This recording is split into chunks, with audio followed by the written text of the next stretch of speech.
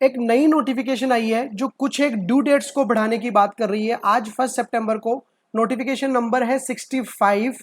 तो क्या ये नोटिफिकेशन कहता है, क्या ये एक्चुअली में ड्यू डेट्स को बढ़ाता है, और बढ़ाता है तो किस किस के ड्यू डेट को बढ़ा रहा है दोस्तों, आइए उसी के बारे में हम बात करते हैं। तो दोस्तों इस नोटिफिकेशन में आप देख पाओगे, ये नोटिफिकेशन बात करता है कि पहले एक नोटिफिकेशन आया था, नोटिफिकेशन नंबर 35।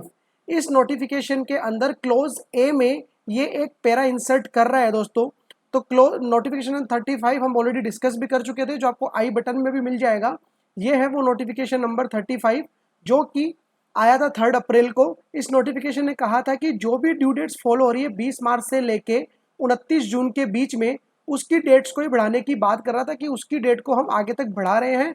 बट उसमें किस किस के ड्यू डेट्स को नहीं बढ़ाया गया था, जो हमारे मेजरली काम आती है सेक्शन 39, मतलब हमारी जो GSTR 1(3)B की बात करते था। इसके साथ साथ सेक्शन 10 की जो कंपोजिशन की बात करता था। तो जो हमारी general day to day activity में काम आने वाली रिटर्न है उसकी ड्यू डेट नहीं बढ़ाई थी इस नोटिफिकेशन ने। अब इस नोटिफिकेशन में एक नया प्रोविजो इंसर्ट किया गया है नोटिफिकेशन नंबर 65 के द्वारा। आइए उस नोटिफिकेशन की रीडिंग करते हैं। तो नोटिफिकेशन बोलता है, provided that where any time limit for completion और compliance of any action by any authority has been specified in और प्रेस्क्राइब्ड और नोटिफाइड अंडर सेक्शन 171। इंपॉर्टेंट जो बात है वो ये है कि 171 में जो कोई अथॉरिटी प्रेस्क्राइब्ड थी उनके लिए कोई टाइम लिमिट थी, उसको बढ़ा रहे हैं ये, which falls during the period 20 day of March two 29 day of November. 20 मार्च से लेकर 29 नवंबर के बीच में जो ड्यू डेट्स पड़ रही थी इन अथॉरिटीज के लिए, जो कि सेक्शन 171 में बताई है, ये अथॉरिटी जो कंप्लायंस कर सकती थी उसकी डेट को उन्होंने 30 नवंबर बढ़ा दिया है। तो दोस्तों पहली बात तो मैं क्लियर कर दूं, किसी भी रिटर्न की डेट नहीं बढ़ी है। अब बढ़ी किस चीज की है, सेक्शन 171 क्या बोलता है, तो इसके लिए हमें सबसे पहले जाना पड़ेगा सेक्शन 171 के ऊपर। तो दोस्तों सेक्शन 171 आपके कंप्यूटर स्क्रीन पे है। सेक्शन 177 बात कर रहा है एंटी प्रॉफिटरिंग मेजर्स की। आप सबको पता है ये मेजर्स ये बोलते हैं कि अगर रेट ऑफ टैक्स में रिडक्शन हुआ है तो आप जो किसी भी गुड्स की या सर्विस की रेट ऑफ टैक्स में रिडक्शन हुआ है तो उसका बेनिफिट आपको देना पड़ेगा आपके रिसिपिएंट को। अगर नहीं देते हो तो इसका जो सबसेक्शन 2 क्या बोलता है, इसका सबसेक्शन 2 बोलता है कि सेंट्रल गवर्नमेंट में on recommendation of the council by notification constitute an authority or empower an existing authority constituted under any law for the time being enforced to examine whether the input tax credit availed by registered person or the reduction in the tax rate have been actually resulted in commensurate reduction in the price of the goods or services or both supplied by him। तो इसका मतलब है कि government, central government जो है council की recommendation पे एक नोटिफिकेशन के द्वारा एक अथॉरिटी बना सकती है, या कोई ऑलरेडी अथॉरिटी है उसको ये पावर देख सकती है कि भैया आप ये चेक करो कि जब रेट में रिडक्शन हुआ है तो सामने वाली पार्टी ने, सप्लायर ने रिसिपिएंट को उसका बेनिफिट दिया है या नहीं दिया है। उसके बाद सबसेक्शन 3 बोलता है the authority refer to in सप्लोज टू, जो अथॉरिटी एम्पावर की जा रही है या जो नई अथॉरिटी बनाई जा रही है जिसको सेंट्रल गवर्नमेंट पावर दे रही है, shall exercise such power and discharge such function as may be prescribed. तो जो भी उसको पावर दिए जाएंगे, जो भी उसको रेस्पॉन्सिबिलिटी दी जाएगी वो कंप्लीट करने वाली है। अब उसको कौन कौन से वो पावर दिए गए हैं दोस्तों, तो उसके लिए हम चलते हैं रूल नंबर 133।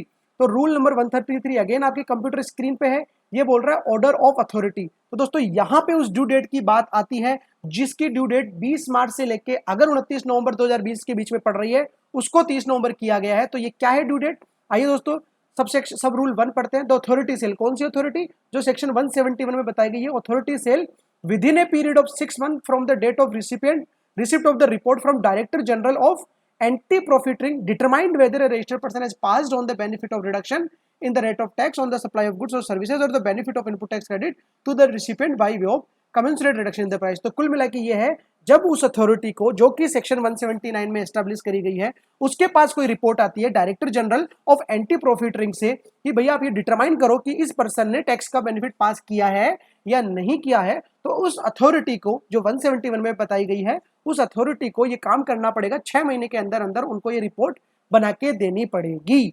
तो दोस्तों अगर वो 6 महीने की रिपोर्ट का जो टाइम पीरियड है वो अगर 20 मार्च से लेके 29 नवंबर के बीच में पड़ रहा है, उसकी ड्यू डेट बढ़ा के कर दी है 30 नवंबर। यहाँ पे किसी भी तरीके की कोई रिटर्न की डेट एक्सटेंड नहीं करी है, तो आपको किसी भी प्रकार से खुश होने की जरूरत नहीं है।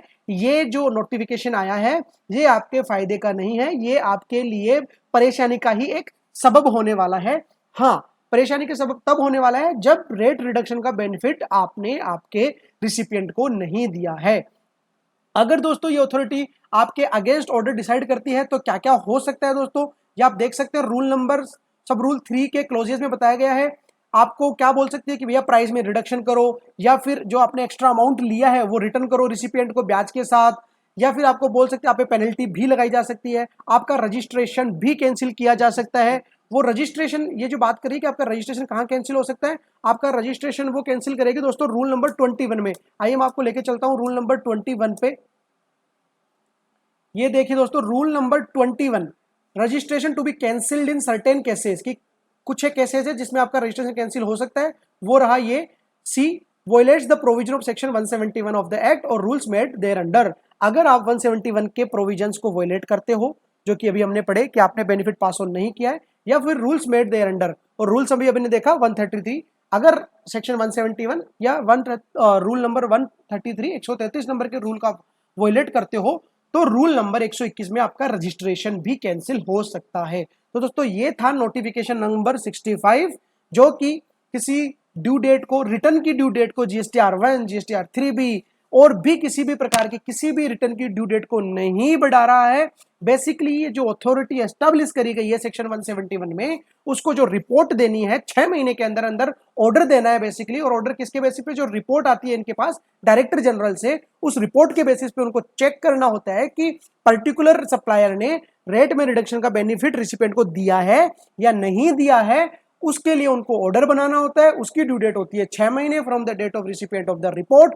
तो अगर वो 6 महीने फॉल हो रहे थे 20 मार्च से लेके 29 नवंबर के बीच में, तो उसको इन्होंने बढ़ा के कर दिया है 30 नवंबर तक। तो वो अथॉरिटी 171 वाली अथॉरिटी अपना ऑर्डर 30 नवंबर तक दे सकती है दोस्तों। तो ये था दोस्तों नोटिफिकेशन। इसी के साथ मैं वीडियो साइन ऑफ करना चाहूंगा। अगर आप चैनल पे नए हैं तो प्लीज चैनल को सब्सक्राइब कीजिए, लाइक करिए और ज्यादा से ज्यादा लोगों के साथ शेयर करें। मिलते हैं किसी नए वीडियो में, किसी नई नोटिफिकेशन, किसी नई अपडेट के साथ। तब तक के लिए थैंक यू सो मच। जय हिंद, जय भारत।